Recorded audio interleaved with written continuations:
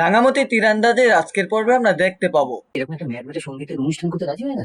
উফ, তোরা আনন্দের সময় এত মারপ্যাচ মারিস না, মানে একটা আনন্দের অনুষ্ঠানকে তোরা একবারে কুস্তির আখড়া বানিয়ে ছাড়ছিস। ভালো লাগে বাবা। ন্যাকামো, মারপ্যাচ না কষলে হবে কি করে? ওদের গ্যাটে টাকা খরচ করাতে না পারলে আমাদের পকেটে করবে কি করে? তোরা তোদের ট্যাগটা ভরাবার যতই তালটো করিস না কেন, পড়বো দিদি, মেজ দাদা বাবু আর মেজবু দিদি, এই বিহাটো থেকে তোরা কিছুই যাইতে পারবি না।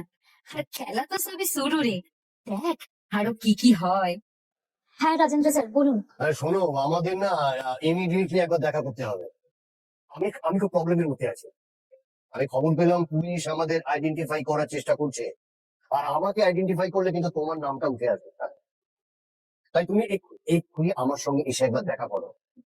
রাজেন্দ্র স্যার, এখন আমি একটা আর্জেন্ট কাজে রয়েছি, মানে আমারই বিয়ের সঙ্গীতে রয়েছি, আর সেটা আমার শ্বশুর বাড়িতেই হচ্ছে, এখন কি করে?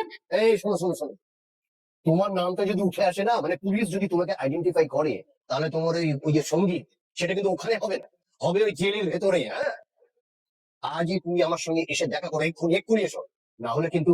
না না, ঠিক আছে, আমি দেখছি, আমি আসার চেষ্টা করছি। আপনি আমার সঙ্গে এরকম করবেন না, আমি কিন্তু আপনাকে সব রকম ভাবে হেল্প করার চেষ্টা করেছি।